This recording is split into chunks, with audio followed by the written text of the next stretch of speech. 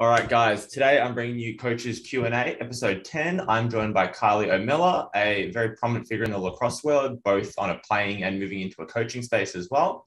Give us a little bit about yourself, Kylie. Hi, everyone. Thank you for listening. My name is Kylie Ohlmiller. I am from New York, born and raised, Long Island, New York. I play professionally for Athletes Unlimited, which is the women's professional lacrosse league here in the United States.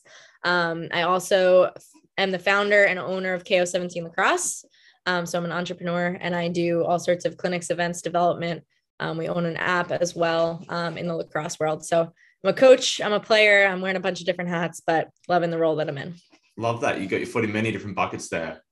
Mm-hmm. Obviously, being Long Island born and raised, lacrosse is a staple there. It is kind of what everyone starts. At what age did you start picking up lacrosse? I started in third grade, but like you said, it's a hotbed for the sport. Long Island, really kind of the northeast of the U.S. is a pretty big hotbed for the sport. But we start at young ages and we play at very high levels from a young age. So I started in third grade and I started playing club lacrosse when I was in fifth grade, and ever since then, my love for the sport just kind of grew. It's super cool, like the exposure to different like performance levels there as well, and like now that you're sort of on the other side of that, where you are the coach as well as the player still, you would work with a whole range of skill levels, like from probably very young kids like yourself when you started at that sort of 8-9 age, all the way up to probably high level college players and the like still. What are the different sort of like challenges you find between coaching a very young person who might be very new to the game versus someone at the top of their college level that still is after that bit of refinement though? Yeah, I think that's one of the, coolest parts of my job. The most rewarding, right, is knowing that I started when I was 8 years old and have gotten to this level. And through every part of my journey, I've had different coaches at different levels who have taught me different lessons. And in my experience now as a coach, I try to bring each of those lessons that I've learned along the way, each of those experiences and things that I've built my knowledge upon about the game, and give them back to, like you said, an 8-year-old who's just first picking up the stick and learning how to play the game. Maybe it's a coach or a parent who has a child who wants to learn how to play the game and doesn't know anything about lacrosse. Or maybe it's that high level college player who needs that elite level training. I think taking my own personal experiences and the things that I've learned from coaches along the way, and then turning it into my own kind of training program. And then I think the hardest part, the most challenging part is adjusting, going from back and forth, right? As I'm sure you know, right? Yeah. Is going from coaching 8 or 9-year-olds to coaching 22-year-olds. There's a big difference in just, the ways you can say things and the ways that you can get across certain lessons to young individuals. So I think that, it varies in that sense, but I think that also keeps my job refreshing. 100%. Yeah. You need to be able to speak different languages, like how one person, skill levels aside, how one person learns best and is able to digest information completely different to someone else, let alone Right. that varying sort of height difference of like skill as well, where you might just be basically teaching the very simplest concepts of catching and throwing to a younger player and getting that stress, but an older player isn't really going to benefit from anything like that. Right, exactly. And I think to your point, like I think like some even athletes, even if they're at the same level skill wise, to your point, I think it's important to also know, who can take constructive criticism in one way, whereas another, athlete might need a little bit of a softer approach, and being able to balance that as well. And kind of like you said, I like your verbiage and saying, you have to change your language based on the athlete age wise, and also the way that they can kind of perceive constructive 100%. criticism. People thrive off very different things like that. That's And oh, yeah, nice.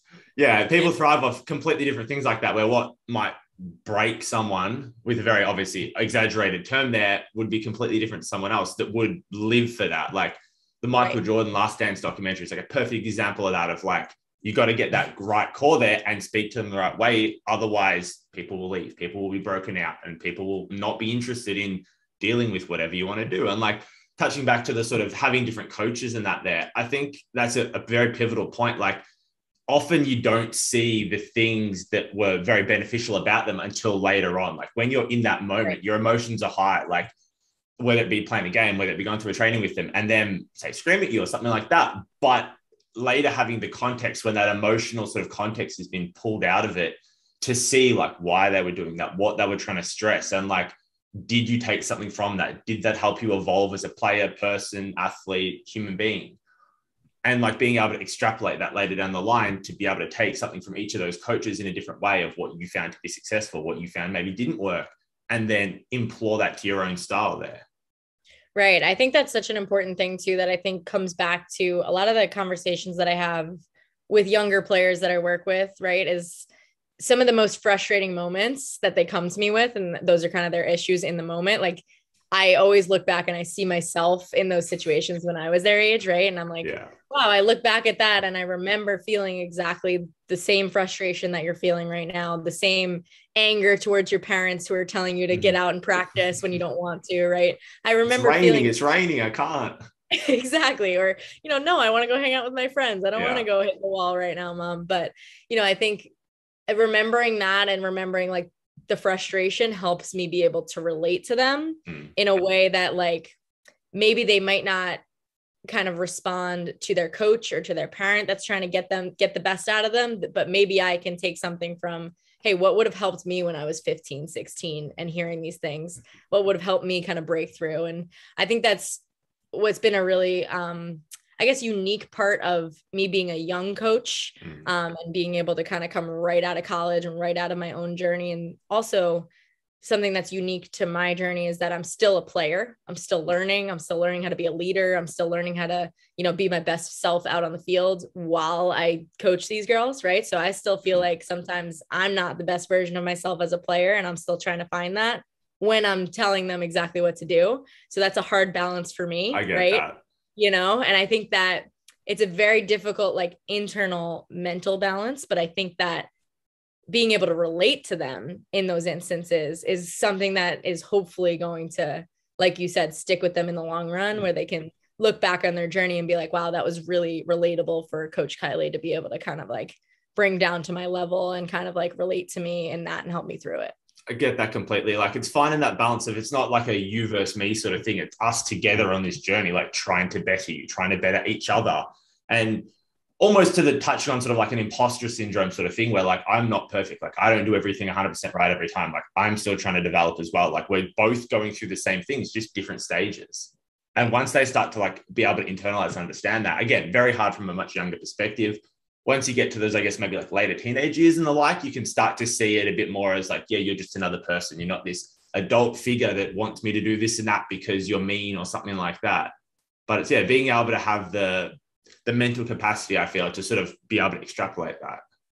Yeah, absolutely. And I think it's, like you said, it's difficult at younger ages. And I think that the more you go through it and the more people you have, like I was even having a conversation with one of my young players earlier this week, and it was the same kind of situation where, going through the recruiting process, going through schoolwork, going through hard workouts, and, just like questioning all of it because it's so stressful. And I think that, being able to relate to being in that position just a few years ago, whereas maybe, his or her parents had never gone through that, but they're trying to help them through it. Right.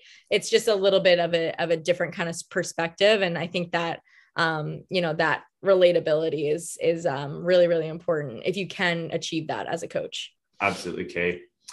The last sort of 18, 19 months has obviously been a pretty tough time absolutely everywhere. Launching a mobile training-based app is basically the perfect thing to take advantage of that sort of situation, provide training to people that may not be able to travel, access, lots of camps, games, clinics, probably all cancelled as well earlier in that time period. How have you found that experience? I'd love to hear a little bit more about that. Yeah, we actually, with Ko17 Lacrosse, we were looking to start an app for that exact reason, even prior to COVID.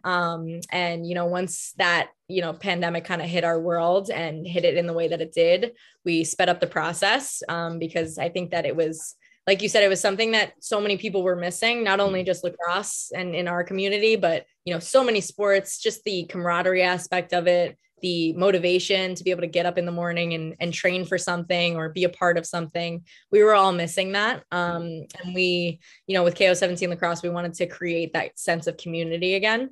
And it was an ultimate goal of ours in the beginning, because what we do when we're in person and when we have the ability to travel is, I take my experiences to all different parts of the country and of the world, and I do in-person events. And when we weren't able to do that, and when we weren't able to physically bring that, those experiences and those teaching moments to the kids, we wanted to be able to create some platform where, hey, Kylie can't come to Australia, Kylie can't come to England, or she can't be there every day of the year, but she can be right here on your phone, and all of her resources can be there, and all of Ko17's resources can be there. So we kind of created that platform in May of 2020. We came out with the Ko17 Lacrosse App, and it has kind of just been this really incredible project where it's allowed us to kind of put our creativity into it.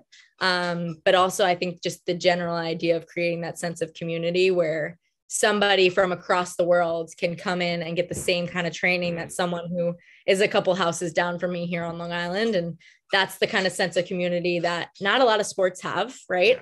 And I think that we see a lot of separation and competition between club programs and youth programs and high schools, and that's how it should be, right? But ultimately everybody's trying to get better in some sense of the word. So, I think that is my ultimate goal, is to help whoever wants to, regardless of location, regardless of time of day, regardless of what your goals might be. We're going to create a platform that provides features where you can get better on the lacrosse field with drills and skills and all those kinds of things. You can get it better mentally because we provide, all sorts of like a mentality corner where we work on journaling habits. You can get better in the sense of just listening to other people's stories. We have that podcast Dream On.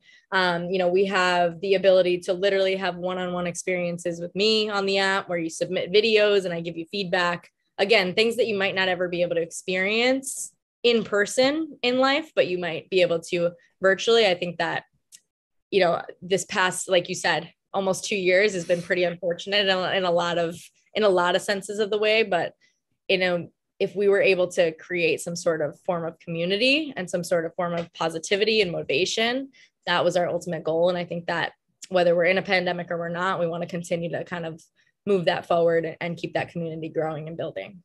That's epic. Really well said.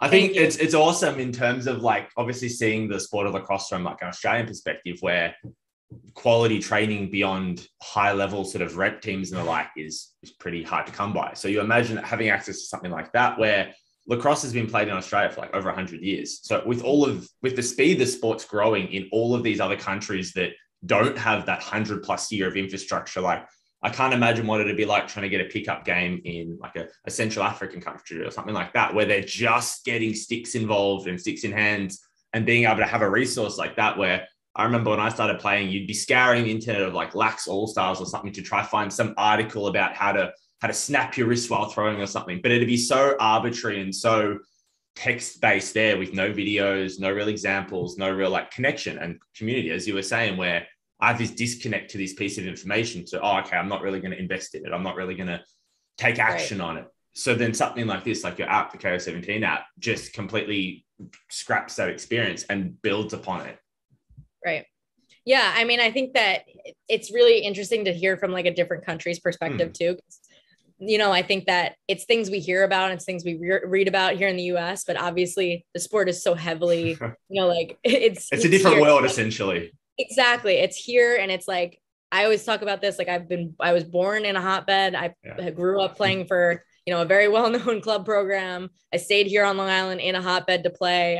I play for Team USA, like I've been very fortunate to have that level, but I know there's so many people out there that will never have that level just based on where they grow up. Right. And just based on the fact that maybe, like you said, we don't have those 100 years of experience playing the sport because it hasn't been around us. So, I think that it's definitely one of our goals as just a lacrosse community in general too. So if the Ko17 app can do a small part in doing that, like, I think it's been really incredible in seeing, we have girls on the app from Hong Kong, we have girls from Germany, girls from Canada, girls from it's just really humbling to see, those notifications pop up on my little iPhone, so-and-so subscribed from Hong Kong, or, so-and-so subscribed from Brazil. And it's just like, this is that sense of community that like, doesn't matter what national team you end up playing for or what part of the world you're literally sitting in right now, you could still see the same video that, I'm seeing here on Long Island in New York. I think that's a very big sort of pivotal thing, especially like in the coaching space, where you are limited by like sheer logistics, like myself in the personal training space, where you only have a certain amount of hours a day. You have to spread them between 15 different things already. So trying to fit more and more in just becomes too impossible, basically. So having an app like that where you are able to scale not necessarily your time for sort of XYZ people, but just keep expanding, having this massive resource database is an awesome project. And I feel the end goal for a lot of coaches like that to be able to create a network like that. Right. And I think that that's been almost the fun part for me, right? Is like, we've done a lot of trial and error in this, and in a sense of like finding that schedule that's going to work, right? Like no virtual session that's going to be live at the same exact time every week is going to work for everybody on the app, right? Like there's time changes. Like it's nighttime for me right now. It's not for you, like it's never going to line up like that for everybody. And so, there's been a lot of trial and error in that sense. Like when should we hold live sessions? When should we not hold live sessions? Should everything be pre-recorded and uploaded so that everyone has access to it? A lot of like that kind of stuff has been really fun and, kind of interesting to figure out what works best for demographics. But also it's just been such a really great space to, like, as trainers, as coaches, right? We just naturally have that need and that want to, one, help people, right? But also, like, I think something you mentioned before is there's going to be all sorts of different people that we want to try and help. And there's only so many hours in the day. So being able to, like, kind of not spread ourselves thin, but be able to give the right amount of resources to the people that we want to help and to a wide variety of people that we want to help. That's also been a really, like, again, it's a work in progress, right? Nothing's perfect here yet. It always is. It's always gonna, and the world is ever changing, and that's the beauty of it, right? And lacrosse is ever changing, and we got to keep up with that too. And I think that's the really fun part about it being the Ko17 app, is that we can literally add whatever we want, take away whatever we want, create a new project, take it away whenever it doesn't work. And that trial and error creative process is something that I kind of really am enjoying about 100%. New challenge as well, basically venturing into a new space and dipping your foot in and seeing how it goes. Exactly. We love challenges, right? 100%. All right, let's touch on your playing career a little now. So to say you did quite well in college would be an understatement. Like single season point record, single season assist record, NCAA point record, current Team USA member. Was getting to this higher level always your goal, or has it sort of changed every step along the way, where maybe in high school you wanted to go to college and then in college you wanted to play professionally? Or has it always been, I want to be on Team USA, I want to be one of the top players in the sport? Right. I think, what the way that you put that, I think as I got to each level, it was, I want to get to the next level. And I think, but I think overall in general, my goal has always been to play at the highest level. And I think that what's been cool about my journey is that the highest level keeps changing. So like you said, when I was in high school, the highest level was college lacrosse. So that was my goal, was to play for a Division I college in the NCAA. And then when I was in college, they came out with the first professional women's league. So I was like, all right, my playing career can't be done. I want to play at the highest level. I want to play and make money to play. And then, as I kind of went through that and I got the opportunity to try out for the national team, it was like, okay, that's going to be the biggest honor, right? That is my biggest goal. So I think my goal has always been ever changing in that sense, but it's always been to play at the highest level and just kind of be the best version of myself in order to get there. That's awesome. More so focused almost on the process of getting to the next level than it is actually, this subjective place is where I want to be. It's a constantly moving target, because through the process and basically focusing on that, you're continuing to improve, maybe beyond what you thought you'd get to. Right. Absolutely. Definitely exceeding my own expectations. If I look back at my 8th grade self, like I said, you would have never imagined that there would even be a place for, I say this all the time. I would have never imagined that I would have made a career out of lacrosse. Like, I play and coach lacrosse for a living, like that. There's no side gig that I do. Like, that's what I do. And that wasn't possible when I was in 8th grade, like thinking about playing in college. So grateful for like the ever-changing kind of space of the sport. 100%. Yeah, it's awesome to see how the AU women's league has basically taken off over the past sort of year and a bit. Like, the promo looked really awesome. Like, the quality of the games looked extremely high. How has it been playing in that compared to the previous leagues, like the WPLL? Yeah. And I think, I got the chance to play in the WPLL for a couple of seasons, and then got the chance this past summer to play in AU. And I think our biggest goal, two big goals for like the women's side of the professional game has been exposure, right? To faces and to eyes that have never seen the game before. And also, like you said before, to countries or to people who have never had access to that high of a level of watching it in person or watching it on a screen, right? We just have access to text about it. So exposure, and then also just like longevity, right? And sustainability in a sense of like a professional league. So, I think that those are two things that we really saw in AU this past summer. And, like you said, they did a great job with social media and promotion, and the broadcast was on major broadcasting networks. The exposure that we haven't had yet, we got this summer, and we're just going to continue to grow on. And, we're making real money playing the sport. Awesome. So, that's the goal. I think exactly. And I think that's the ultimate goal is, right? Like look down the line 10 years from now and know that girls can graduate college and just play lacrosse for a living, the way that other sports can say about their professional leagues. So very much trailblazers. Exactly. I would hope, like I'm hoping that's the case. And, but it's also just been a ton of fun on a smaller level just to get back out on the field. Like you said, after a long 18, 19 months, training and technically knowing that you're a professional, but not having a league to play in, mentally tough, but just been real fun to get back out on the field as a player. 100%. Like through that sort of time period where you did find it relatively difficult, or may have not found it that difficult to get through in regards to training there, like what kept driving you? Like what did your training look like? What was a week like? Yeah. I think it was probably the most difficult, like mental challenge of my life. Just because like I'm used to the team sport aspect, right? So even just, being in this professional space where everyone lives wherever they live, and then we come together for the season, or we come together for US national team training weekends every once in a while. It's very different. It's very internally like a mental challenge.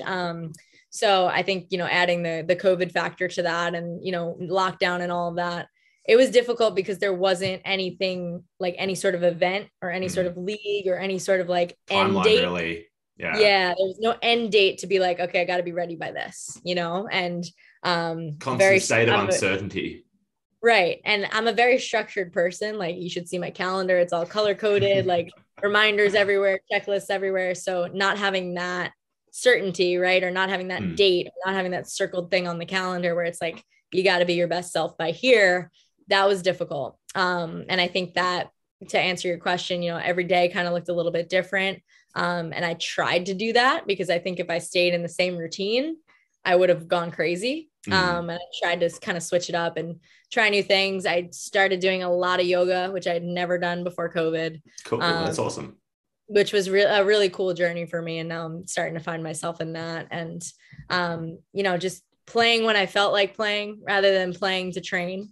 And then just kind of trying to keep myself in the best shape that I could, so that I think my mindset was be ready for a phone call tomorrow that says, hey, you got to be ready in a week. Like that was my mindset, even though I knew we're in the height of a global pandemic. That's probably not going to happen. That's just what I kept telling myself. But that's exactly it. Like what you tell yourself there is going to frame your thoughts of how you view the whole situation. So if I need to be ready at a moment's notice to be able to perform at ideally my best, or at least somewhat close to, it's going to keep you driving, keep you moving, keep you ticking along. On that day that you may not feel like working out, you're still going to get out there. You may not feel like getting a bit of a recovery session or some yoga or something like that. Getting out there, getting it in anyway. Right. And I feel that's what separates probably a lot of the people that may not have had the same success you've had at different levels there, is being able to keep that discipline rather than motivation. Like motivation comes and goes, it's fleeting, but discipline keeps you doing what you need to do and you need to do at those times. Absolutely. I think that's a great point too, right? Like motivation is fleeting. And I think especially in those tough times, like my motivation, when it kind of scattered from like being able to tell myself like, hey, you can do this, when that wasn't working, the internal motivation wasn't working, I would remind myself, again, I play a team sport, right? Like I would try to think about like, hey, what's so-and-so on my team in California doing right now? Like, I bet you she's not sitting on the couch. I bet you she's doing something. Like she's ready, I got to be ready for my teammate, that kind of thing. So I think finding that internal motivation that comes from an outside source, even though they're not really saying anything to you, that was helpful for me too. No, I completely get that. I think it's an interesting sort of like spectrum as you become a bit older of an athlete and the like you're not necessarily learning new like skills and the like. You're more like refining and staying dialed in. But the mental approach to being prepared there changes. And I feel that becomes more and more important. Whilst not the physical decreases, but your ability to be warmed up and ready and dialed in would come a lot quicker than someone that's 13, 14, still learning the sport there, still learning the techniques. How did you have any sort of mental tricks, tips other than the one you've just mentioned that you've practiced and sort of learnt through this time, or even before that when you were going through college or the like? I think it kind of is still being refined over time. I think it's just as you go through things, you learn as you go. And I think that a lot of the lessons or the things about my mindset, I didn't really hone in on in a sense of like taking notes on them or recognizing exactly how I was getting through challenges or recognizing what my mindset really was until college. My personal trainer, TJ, I've been with him for 10 years now. And he's been with me through every single physical phase, right? Where whatever we're working on to get me better on the field, he's been with me switching all of that up. Even still to this day, I'm with him 6 days a week. But he's also been there for all of my nutritional changes. He's also been there for all of my like off the field stuff, right? So when I was in college, we worked on a lot of like mental stuff, a lot of mentality training, a lot of journaling habits, a lot of things that I had never done before in a sense of thinking about my own mindset. And it really got me to start thinking about like, oh, hey, yeah, that's how you got through that really difficult play on the field. Or, hey, that's how you like push through, all that pressure that coach was giving you. And you were able to, put your energy on your teammates' success rather than your own, like those kinds of things that I was doing naturally anyway, or was just like didn't fighting have any language to it. Right. There was no like curriculum to it. There was no recognition to it. And when I started thinking about those things, when I started practicing those things, just like yoga practice or just like lacrosse practice, when I started practicing those things, I started to develop, kind of like some knowledge on it. And now heightened awareness of them. Right. And now I can, when I find myself in those situations, look back on like, hey, where are my notes? Like, or what did I do here that might help me here? Or now I have something to kind of look back on and utilize in those moments. And I think that's really been kind of very helpful for my mindset and being able to go through life's challenges, because I think that every day throws you a new one and life is ever changing. So being able to kind of go back to what works for you is something that's been helpful for me. 100%. Yeah. I think it's a very like pivotal skill there to have those sorts of things intrinsically happen and you basically do them without realizing, and it just takes its own form through your sport. But then as an athlete that obviously starts to grow up, being able to extrapolate those out and use them in your daily life, use them in a work setting, in a business setting, in just general like relationship management and the like, of different strategies there. And at that point, when you can take them beyond sport, like I feel you kind of level up as a human there, being able to be so much more capable in all these different situations based on your experiences in this athletic world and realm. And it sounds like that's exactly sort of what you've gone through there, and being able to take them and consciously use them now and go, all right, like maybe I'm really frustrated by this thing happening. Okay, like let me reframe it. Like I'll try and take my emotion out of it. If I'm looking at it from a third person perspective, like how would I feel? What would a calm person do in this situation?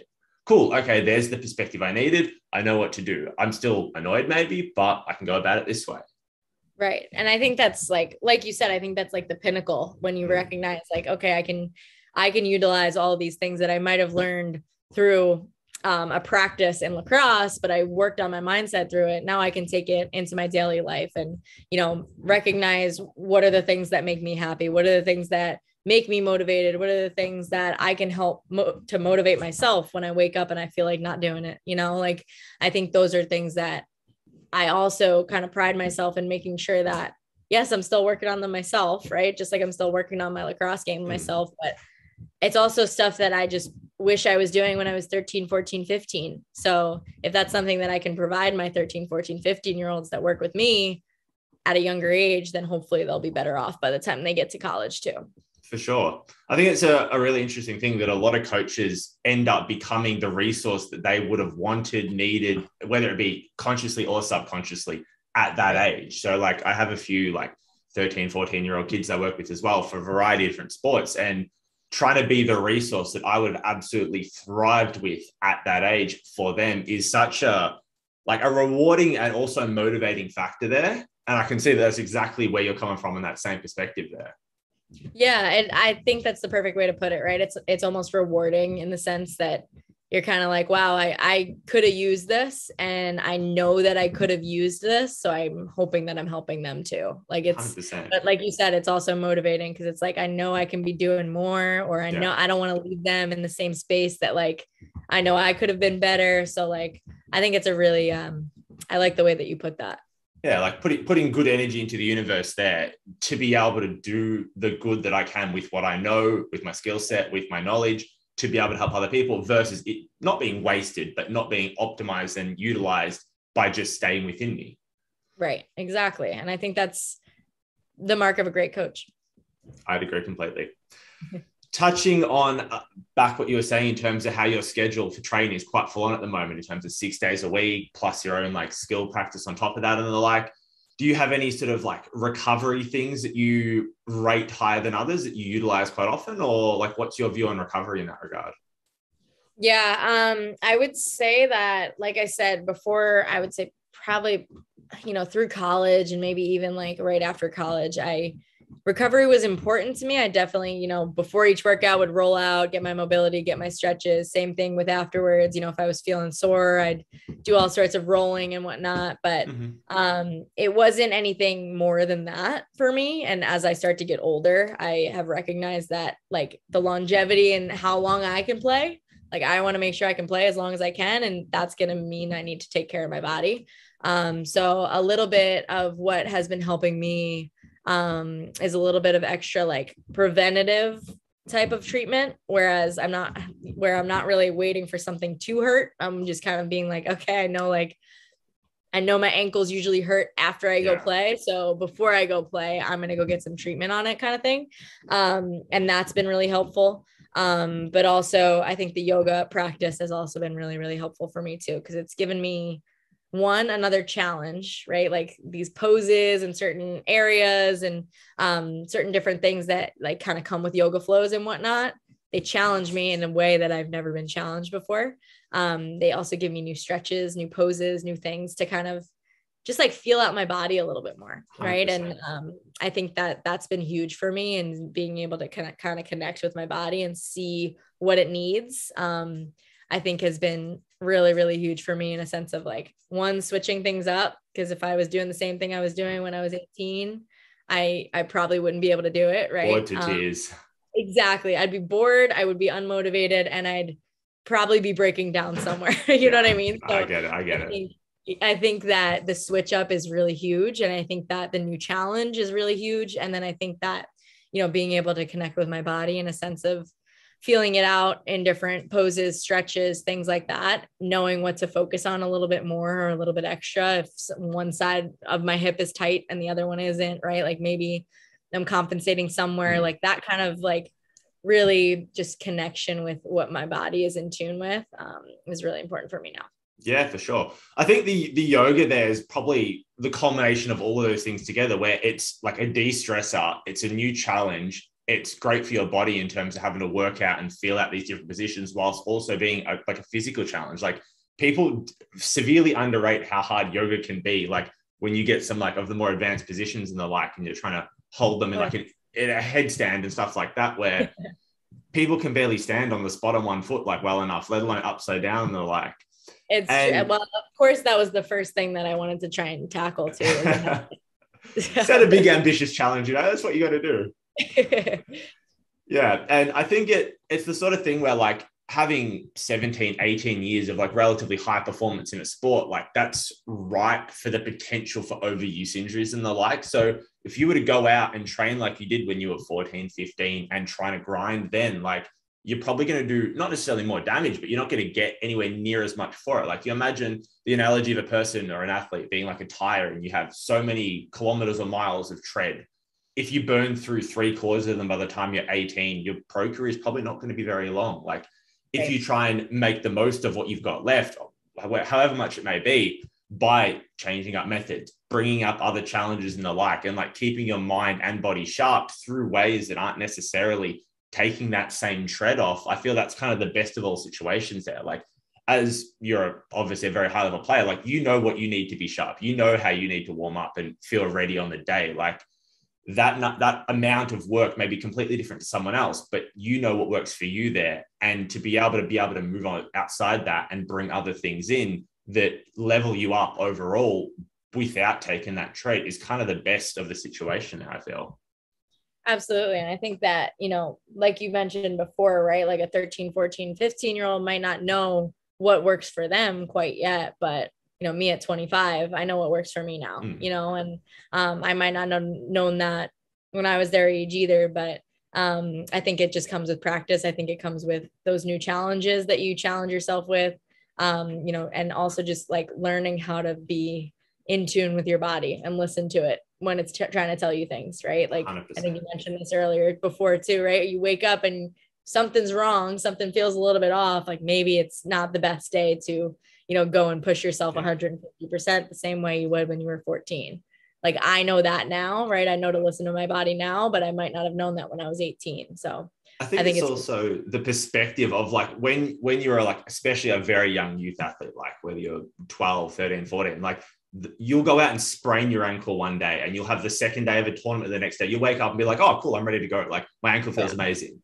And just have that ability to maybe not recover overnight, but to be able to just go out the next day and still feel fine. Like whether you're blocking it out or it's not as bad as you initially felt. Like I feel that these days, as like people in our mid-20s, like if I went out and rolled my ankle, it's probably going to be like somewhat noticeable the next day, to the point where I'm not going to go out and play at 110% again. Right. And that's so funny because like, that's literally me to a T. Like I've sprained my ankles so many times, and like, you know, the next day would have a big tryout, and, you know, in high school, and it's like, no big deal. Like just tape it up and go.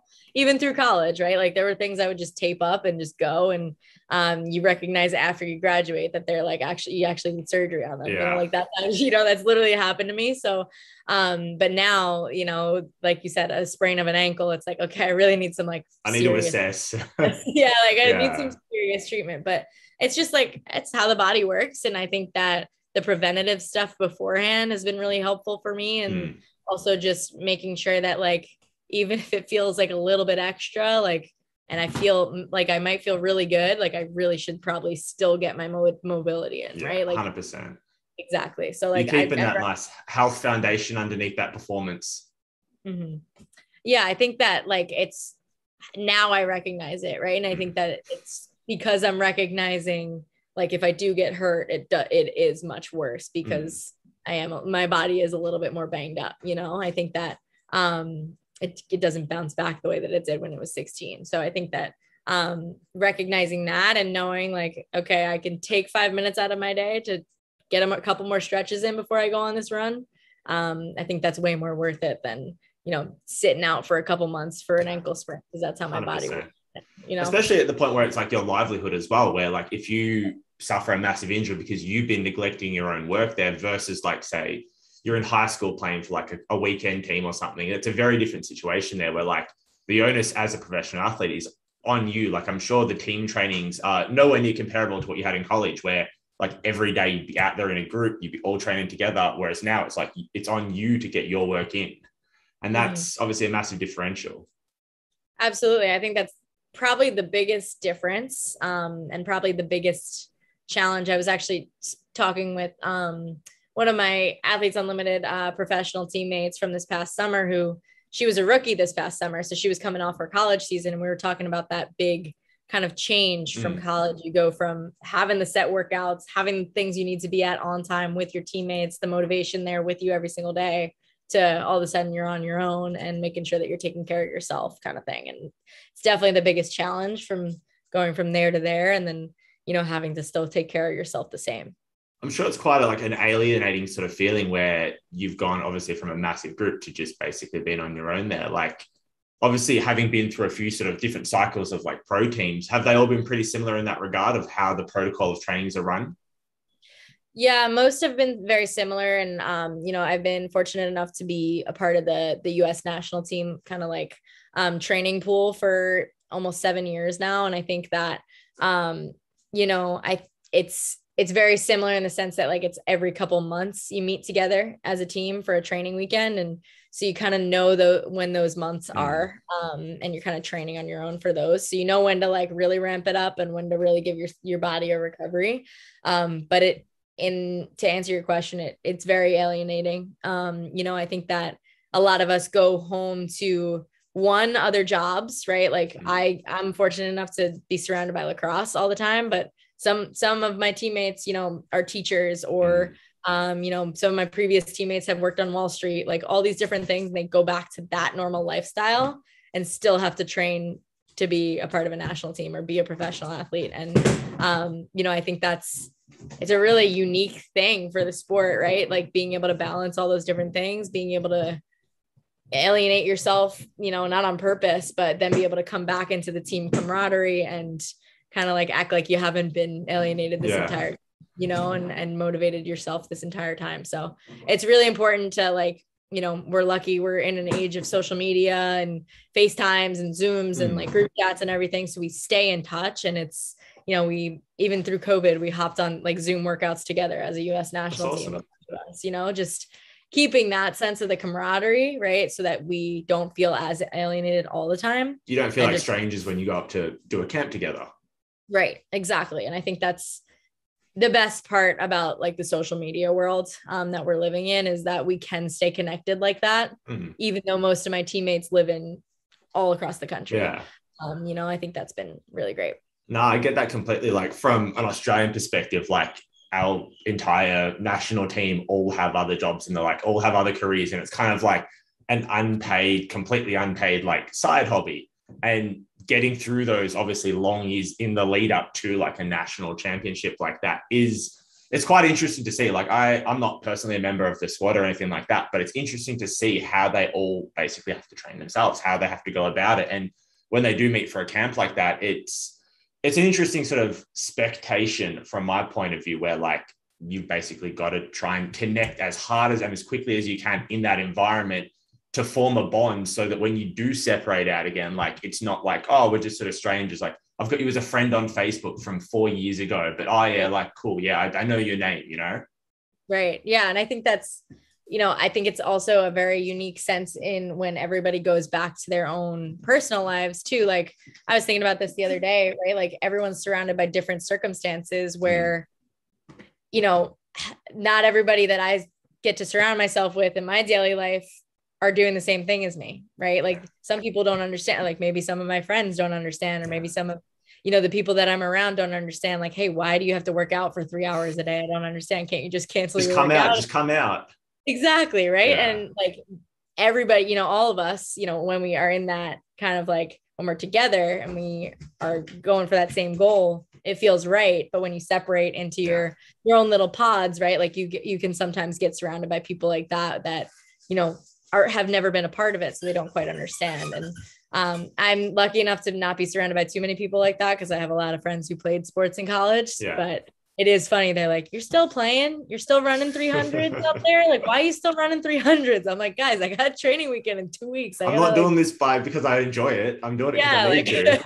I promise you, I'm not out here doing 300s for fun. Like, I promise. I think it's an interesting sort of thing, like touching back on like the group you surround yourself with, like through your sort of like early 20s. I feel that a lot of friend groups sort of split ways, like post college and the like post university / high school for me here, where once you kind of lose those common interests of being at the same space every day or like playing sport together, whatever, if someone starts to drop off, and like it can be very easy to sort of split ways. And as sad as it is at times, that can be a positive change for your life. Like not saying necessarily someone might be toxic or anything like that, but if you have different values, different goals, and you're sort of friends by almost circumstance, it can be one of those situations where by splitting ways, you kind of level up, you move on and the like, and establish people with better common interests that are aligning with a similar purpose to yourself. Right. And I think that's almost at every like level of life too, right? Like, and something that I try to push that lesson along to some of my younger girls too, right? Like some of the friends you have in high school, might not be friends with when you go to college because they might not have similar goals as you, right? 100%. And then, like you said, it kind of just continues on into life. And like you said, you want to surround yourself with the people who are going to support you no matter what. And I've been fortunate enough to have a lot of people from every like spot in my life, every time period in my life, who still understand what my goals are and who still support me no matter what. So I've been fortunate enough to have that support system. No, that's awesome. It's a mark of like a true friend, that they understand, whether they understand that they are coming from the same sort of perspective, or even just they understand that that's what you want to do, like, and respect that and allow your time to be for what you need to do there. Like, that's, I feel, the mark of someone that values you as a person, not just what they want out of you as a friend. Absolutely. Mark of a true friend. Exactly. With so many hats you have to wear between coaching, between running apps, between training yourself, between performing on field and the like, you must have some absolutely killer time management skills. Give us a little about how you manage your time, like any tips, tricks for people at home that are listening, or just touch on how you perform. Well, as you know, my schedule is ever changing. We've been trying to lock down a date to get this podcast going, but yeah, I think I have always been someone who's been super organized, and I like find joy in that. I find like I get that. hate being unorganized. I like when I go for long travel situations, I like the second that I get home, I got to unpack, put away my laundry, like do all that before I can settle in. Like, so my time management is like, you know, all of my calendars are color coded. Everything is set, you know, to the T. And I think it's just a lot about communication too, especially if you're working with other people or if you're setting up events or you wear a lot of hats, right? I think being able to communicate ahead of time is important. And that's something that I've learned through the business world the last couple of years. And I think also being able to, again, just like know what works for you. Like what works for me might not work for somebody else, but I've always been a color coder. I've always had like certain colors in my calendar that mean, you know, clinics here or personal life here or this. And like, I can just look at it and know what I've got going on that day. But I think that also just remembering that, like, and this is something that I'm starting to get a little bit better at. My friends and my family yell at me all the time that I need to give myself some more time, like downtime. So yeah, I get it. I'm starting to get better at it, but you know, I've always been someone that likes to see, or not necessarily likes to see, but feels better about myself when I see a packed day, right, on my schedule. And, you know, unfortunately those packed days kind of line up back to back to back to back. And that ends up in me being run down. And as an athlete, you can't be run down in order to perform your best. So I've learned that the hard way. And I think that I've started to give myself more of those personal days, right? And more of that personal time on normal days. And again, just starting to listen to not even my body anymore, but more so like my mental state. Am I doing okay? Because I need to be able to perform. So in a lot of different ways, like you said, right? As a player, as a coach, as a role model, as a family member, as a friend, I wear a lot of different hats, and I got to be able to perform at my best in all of them. So if I'm not feeling 100%, I'm not going to be able to, you know, be my best there. No, I completely get that. Like, I think that's something that every coach goes through inevitably at some sort of stage in their career of like, I'm just trying to scale myself up, give as much as I can, until I have nothing left for myself there, whether it be time, whether it be relaxation to be able to de-stress, whether it be just packing your days that you literally aren't sleeping, you're sleeping 5 hours a night. Like, there are times obviously that it is beneficial to push a little like that, but when it's 4, 5, 6 days a week, back-to-back weeks, like you don't even have a chance to breathe. You feel like you're almost sort of drowning there. You're trying to stay with your head above water and not like sink to the bottom of the lake or whatever. And you like, obviously, ideally, you don't get to a point of complete burnout where you need this long sort of hiatus or something blows up or the like, where you're able to recognize, like, obviously from other people's perspective, being able to tell you that. And I get that completely, like family, friends, and like going like, you need some time for yourself at some point. Like if you've not had a week off this entire year, like, come on, like you got to look after yourself there, because if you're not there at your best, like it's almost a disservice to the people you're training, working with and the like, that you're coming in at 70% because you've had to give your 70% to 1,500 people that week. Mm-hmm. And it's definitely a bit of a learning game there to be able to balance that. Definitely a learning game. Again, something definitely I'm like starting to be better at. You know, and it's also hard for me to say no to opportunities, right? So if opportunities come along, it's that's something I've also been learning to get better at is saying no, or saying, hey, can we do this another time? For the sake of, again, just feeling at my best, so that I can give 100% when I do show up at that event, or when I do show up at a family event after a long travel day, you know, like being able to give my 100% there too is something that's important. So yeah, but a learning game all the same, just like the rest. No, I get that completely. I think it's a really interesting thing that probably isn't touched on enough in like the coaching space, as to like be able to balance your own enjoyment, your own life, your own existence outside of coaching. So you don't identify just as a coach or just as a player, or so whatever hat it may be for that time, and be able to spread yourself there. Mm-hmm. All right. So last question I like to ask all my guests that may or may not be coaching related answer, training related answer, life insight related answer, whatever you feel is the most appropriate there. You can give yourself one piece of advice to 5 years ago, Kylie. What are you telling yourself? 5 years ago, Kylie. I would tell her that 5 years ago, this is hard. Yeah. I would say that, you know, it's tough to, like, when you're in an instance, right? Like, or you're in a situation, or you're just kind of like going through life, like your bubble of life feels like whatever happens within it is either the end of the world, or, you know what I mean? Like whatever goes on within that bubble, is going to be the end of the world. And I would tell myself that, like, that bubble is going to expand. You're going to find yourself in a bunch of different bubbles. And this isn't the only thing that matters, right? Like where you're living right now, the goals that you have right now, yes, chase after them with everything that you've got, but also start to like stop and smell the roses a little bit, enjoy the moment of it, because if it doesn't work out, it's okay. Life is going to go on and things are going to work out. And you're going to work hard enough to be able to achieve those goals anyway.